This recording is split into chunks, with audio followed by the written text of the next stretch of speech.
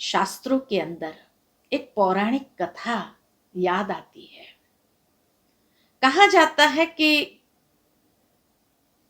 महावीर दानवीर कर्ण जब शरीर त्याग कर स्वर्ग लोक जाता है तो वहां जब भी भोजन पर बैठता है तो उसकी भोजन की थाली में सोना, हीरा, रत्न परोसे जाते थे। जब दूसरी ओर देखते थे तो सबकी थाली में 56 प्रकार के भोजन होते थे। वो कुछ खा नहीं पाए।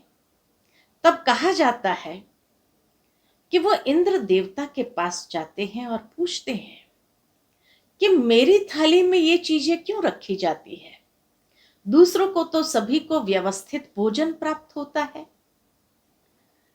तब कहा जाता है कि इंद्र राजा ने कहा कि तुमने कभी अपने पितरों को याद नहीं किया, अपने पूर्वजों की सेवा नहीं किया, और हमेशा जो भी दान किया, स्वर्ण दान किया या हीरे रत्नों का ही दान किया, तो जो तुमने दान किया वही तो तुम्हें प्राप्त होगा।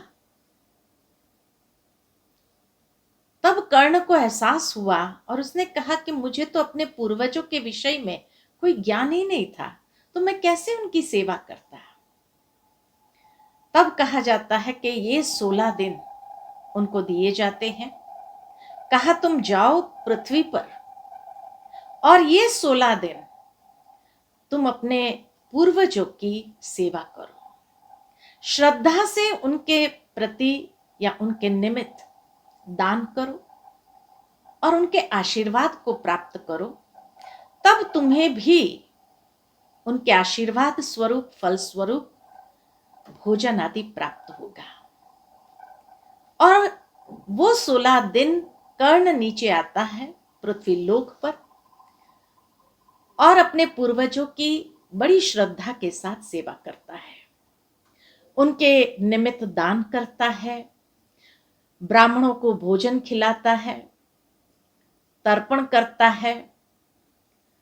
और इस विधि के माध्यम से 16 दिन के बाद जब वो जाता है वापस स्वर्ग लोक में, तब उन्हें 56 प्रकार के भोजन मिलते हैं। इस कथा के विषय में जब मैं सोच रही थी तो मुझे ये महसूस हुआ कि इंसान को वही प्राप्त होता है जो उसने जीवन पर्यंत किया है। कर्ण को वही मिला जो उसने जीवन पर्यंत किया। यानी श्राद्ध एक निमित्त है श्रेष्ठ कर्म करने का। हमें मालूम ना हो तो कम से कम हम अपने माता पिता के संस्कारों के माध्यम से या उनके गुण और कर्तव्य को याद करते हुए उसमें से प्रेरणा प्राप्त करें। उनको क्या पहुंचता है? हाँ, हमारे शुभ वाइब्रेशंस जरूर पहुंचते हैं, क्योंकि फिर भी आत्मा का एक सूक्ष्म कनेक्शन जरूर है।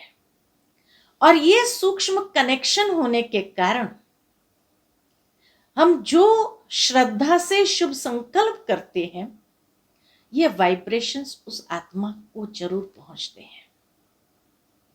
लेकिन आशीर्वाद या श्राप वो पितृ नहीं देते हैं। मेरे कर्म ही मुझे आशीर्वाद रूप में फल की प्राप्ति कराती है। कर्ण ने हमेशा सुवर्ण दान किया था, इसलिए उसको भोजन में भी सुवर्ण ही मिले। जब उसने पूर्वजों के निमित्त भले भोजन दान किया या शुद्ध भावना के साथ जो सेवा किया अपने पूर्वजों को याद करते हुए, तो नेचुरल है कि जब वो स्वर्ग लोक वापस गए तो उसे वही प्राप्त हुआ।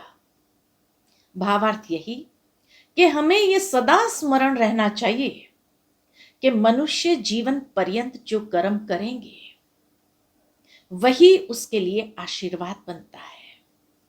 उनके श्रेष्ठ कर्म उसको हर कार्य में सफलता दिलाएंगी और उसके निकृष्ट कर्म जरूर उसके लिए सजा भी बन जाएगी।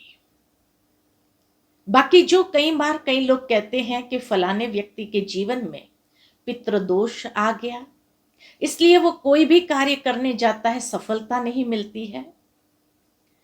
पितृदोष का मतलब ही है कि भाई पितृ रुष्ट है, हमारे माता पिता, हमारे पूर्वज हमसे रुष्ट है, क्योंकि कहीं ना कहीं हमने गलत कर्म किए हैं, तो वो रूठे हुए हैं, इसलिए वो हमें आशीर्वाद नहीं दे रहे हैं। वास्तव में जीवन पर्यंत भी जब माता पिता रुष्ट नहीं होते हैं, हमेशा बच्चों के प्रति आशीर्वाद ही बरसाते हैं, तो शरीर छोड़ने के बाद वो रुष्ट क्यों होंगे? सोचने की बात है। और इसीलिए ये श्राद्ध का जो त्योहार है, वो शायद हम भारतवासियों को गुप्त में यही संदेश देता है कि जीते जी हम अपने माता पिता की सेवा करें।